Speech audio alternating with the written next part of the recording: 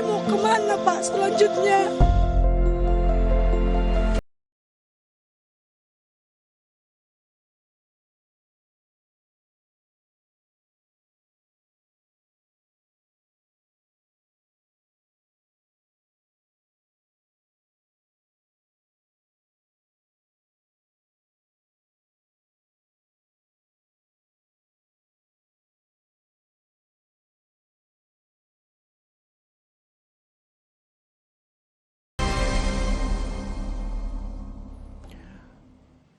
Selamat siang saudara, Anda menyaksikan Breaking News bersama saya Muhammad Syahriza. Pulihkan Aceh, Sumatera Utara dan juga Sumatera Barat. Baru saja saudara, tadi kita juga melihat bersama dalam program Breaking News Kompas TV, program Kompasian dan Sapa Indonesia Siang menyampaikan bahwa hari ini Presiden Prabowo Subianto mengunjungi wilayah terdampak bencana. Mendarat pada pukul 3 dini hari ini waktu Indonesia Barat di Medan, lalu bertolak ke Aceh dan tadi Presiden Prabowo Subianto juga mengunjungi sejumlah warga di kawasan Takengon, Aceh. Tapi sebelum itu saudara, hingga hari ini gelondongan kayu yang menutupi lapangan pondok pesantren Darul Mukhlisin yang masih belum dibersihkan. Pemerintah masih belum memberikan solusi untuk melakukan pembersihan di lokasi. Ada 215 santri terdampak masih belum bisa bersekolah karena bangunan pondok pesantren tertimbun kayu. Dan berikut laporan jurnalis Kompas TV, Vida Alatas, dan juru kamera Sunandar dari Aceh Tamiang, Aceh. Saudara, ratusan bahkan ribuan kayu gelondongan masih terlihat menutupi seluruh area lapangan yang berada di pondok pesantren Darul Mukhlisin yang berlokasi di Desa Tanjung Karang, Kecamatan Karangbaru, Kabupaten Aceh Tamiang. Pemandangan ini saudara, ini adalah yang juga tim Kompas TV lihat 3 hari sebelum ini, tepatnya di hari Selasa, di mana tim Kompas TV ini juga meninjau langsung pondok pesantren Darul Mukhlisin. Dan kalau kita lihat sebetulnya terlihat belum ada penanganan yang dilakukan untuk kemudian membersihkan puing-puing kayu yang ukurannya beragam, mulai dari ada kayu-kayu kecil, potongan-potongan kayu kecil, hingga kayu-kayu yang berukuran 2 bahkan 3 pelukan orang dewasa. Namun untuk lebih lengkapnya saudara, kami sudah bersama dengan Kepala SMA Darul Mukhlisin, begitu ya, ada Pak Mahmuri di sini ya, yang akan menjelaskan langsung sebetulnya seperti apa Pak penanganan, apakah sudah ada yang dilakukan untuk pembersihan area ini? Sebelumnya kami ucapkan Assalamualaikum warahmatullahi wabarakatuh. Khususnya kami di sini selaku korban bencana banjir, kalau dari pemerintah daerah maupun dari pemerintah pusat sudah ada beberapa yang kemarin meninjau langsung. Tetapi ya sekali lagi masih hanya sekedar melihat. Kalau untuk penanganannya masih belum ada. Baik. Kalau dari informasi dari pemerintah pusat ataupun pemerintah daerah yang meninjau, ini tujuannya itu dilakukan untuk apa ya Pak? Karena di sini dari awal kemarin sudah banyak yang kemari, maka pondok pesantren ini udah viral juga tentunya. Maka karena sudah viral, maka dari pemerintah pusat juga mengecek karena di sini banyak-banyak kayu tentunya kan. Administrasi sekolah, komputer, buku-buku itu memang sudah bisa dikatakan hampir 100% rusak. Baik. Jadi bahasanya kita kembali ke nol. Terakhir mungkin Pak harapannya seperti apa Pak? Harapannya kami mengharap ya dari pemerintah daerah dan pusat ya untuk bantuannya tidak hanya lihat-lihat kami di sini, tapi kita harapkan juga bantuan baik itu buku-buku, kemudian bangunan-bangunan yang rusak, ya biar nanti KBN berjalan seperti semula. Baik, ini artinya sejak tanggal 26 pasca banjir bandang menerjang Kabupaten Aceh Tamiang.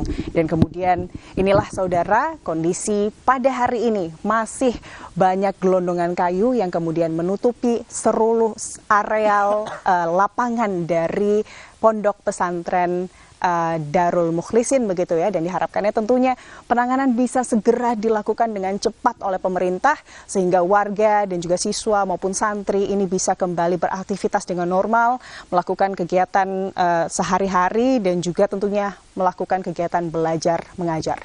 Dari Kabupaten Aceh Tamiang, Vida Alatas, Sunandar melaporkan. Tidak hanya di Aceh, saudara, kayu gelondongan ini juga meresahkan warga. Di Tapanuli, Bareskrim sempat meninjau langsung bagaimana kayu ini banyak di kawasan Tapanuli. Ada 10 jenis kayu yang telah dibawa ke lab untuk diuji, dan selanjutnya proses terkait dengan kayu gelondongan yang banyak di wilayah bencana ini juga masuk dalam tahap penyidikan. Kita berharap bahwa penyidikan ini bisa terang benderang sehingga kita bisa mengetahui siapa di balik bencana yang terjadi di wilayah Aceh, Sumatera Utara, dan juga Sumatera Barat. Selanjutnya, saudara, sudah 18 hari pasca bencana banjir dan longsor di Aceh, listrik masih padam. Bahkan di kota Banda Aceh sudah blackout sejak 4 hari terakhir. Kota Banda Aceh sebagai pusat ibu kota provinsi Aceh sudah 4 hari mengalami blackout atau pemadaman listrik total, baik di siang maupun malam hari. Hal ini sangat mengganggu aktivitas warga. Pemadaman listrik ini juga berdampak pada putusnya jaringan telekomunikasi serta matinya operasional PDAM, sehingga warga kesulitan air bersih. Krisis air bersih memaksa warga harus mengungsi sementara ke rumah kerabat yang masih tersedia air bersih. Tak hanya di Banda Aceh, listrik di Biren maupun sebagian wilayah terdampak banjir lainnya juga masih padam. Seperti di lokasi pengungsian Desa Bale, Panah, Kecamatan Juli Biren, di mana serta Desa Blang Panjo, Kecamatan Pesangan Biren. Listrik kadang hidup kadang mati. Tapi kalau untuk malam kami pakai senter, kadang-kadang pakai lilin kan. Kalau sekarang mati atau hidup, Ini Kak? sekarang mati. Udah berapa lama? Dari habis banjir tuh. Dari air pemadam lah dikirim sini ya. Oh, oke. Kalau listrik juga gitu, Pak? Ya, dibagi pembagian harusnya. Kadang hidup, kadang enggak. Kadang-kadang enggak. Juga. Kalau malam, kalau nggak hidup pakai apa, Pak? Pakai mesin genset kalau di Indonesia. Ada yang pakai lilin. Cuma pakai genset jam 7 sampai jam 8. Oh, 1 jam aja. 1 jam aja. Untuk apa? Untuk? Untuk salat maghrib, makan. Oh, habis itu? Habis itu pakai lilin. Oh. Listrik di Kabupaten Aceh Tamiang pada Kamis malam kembali padam. Di beberapa lokasi listrik sempat menyala tapi hanya bertahan beberapa jam. Sebagai penerangan darurat, warga memakai mesin genset atau penerangan seadanya. Malam tanpa listrik juga harus dirasakan warga korban bencana di Desa Blang Peria, Aceh Utara. Listrik kembali padam pada Kamis malam meski sempat menyala pada Rabu sore.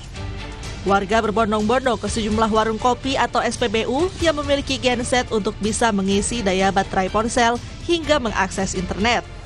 Dari tadi pagi sampai sekarang belum hidup. Belum hidup. Jadi aktivitas di rumah bagaimana nih? Ya nggak bisa ngapa-ngapain. Untuk jaringan HP sendiri gimana? Nggak bisa juga. Nggak bisa. Jadi kalau Harapnya ada lampu, biar kita semua berkegiatan seperti biasa kan. Mereka semua nggak bisa, air nggak bisa, masak nasi nggak bisa, cas HP, jaringan pun nggak bisa. Pasokan listrik di Banda Aceh dan Aceh Besar mengalami pemadaman bergilir hingga 3 malam berturut-turut. Hingga saat ini kondisinya masih belum normal. Pemadaman bergilir berlangsung setiap 3 hari sekali. Terlihat sejumlah pertokoan masih tutup. Tak hanya itu, lampu di jembatan yang biasanya menerangi pengguna jalan pun masih padam. Hal ini membuat sebagian besar warga terganggu. Pemadaman listrik juga berdampak pada jaringan komunikasi yang mengakibatkan koneksi internet terputus.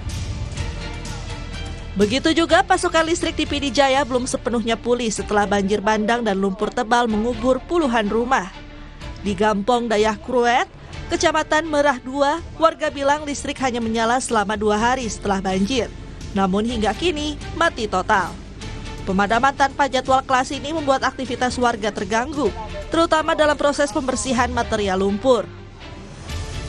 Menteri ESDM Bahlil Lahadalia dan PT PLN minta maaf karena masih ada sejumlah wilayah di Aceh yang belum bisa dialiri listrik. Bahlil juga meminta maaf karena masyarakat terdampak bencana Aceh, Sumut, dan juga Sumbar yang masih belum mendapatkan pelayanan secara maksimal. Sebelumnya, Bahlil menyebut listrik di Aceh sudah menyala hingga 93% saat Presiden Prabowo bertanya tentang pemulihan listrik pasca bencana di Aceh. Saya yakin dan percaya bahwa pasti masih banyak kekurangan. Pasti masih terjadi hal-hal yang tidak pernah kita perkirakan terjadi di lapangan.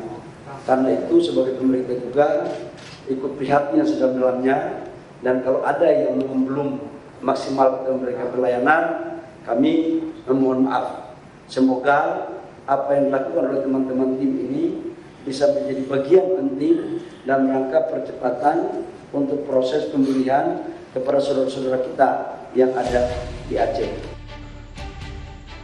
Dalam program Sapa Malam dalam wawancaranya dengan jurnalis Kompas TV Friska Clarissa, Wali Kota Banda Aceh Iliza Saaduddin Jamal memberikan informasi soal ketersediaan listrik di Banda Aceh.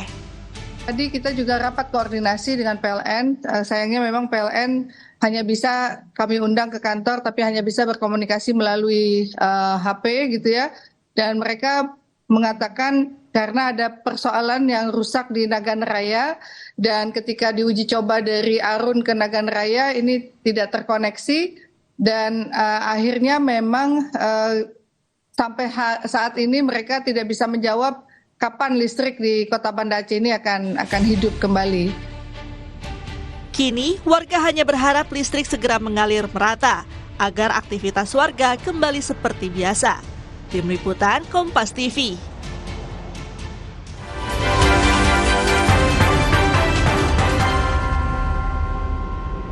Ini Pak, kalau tutupnya aja gini, isinya gimana?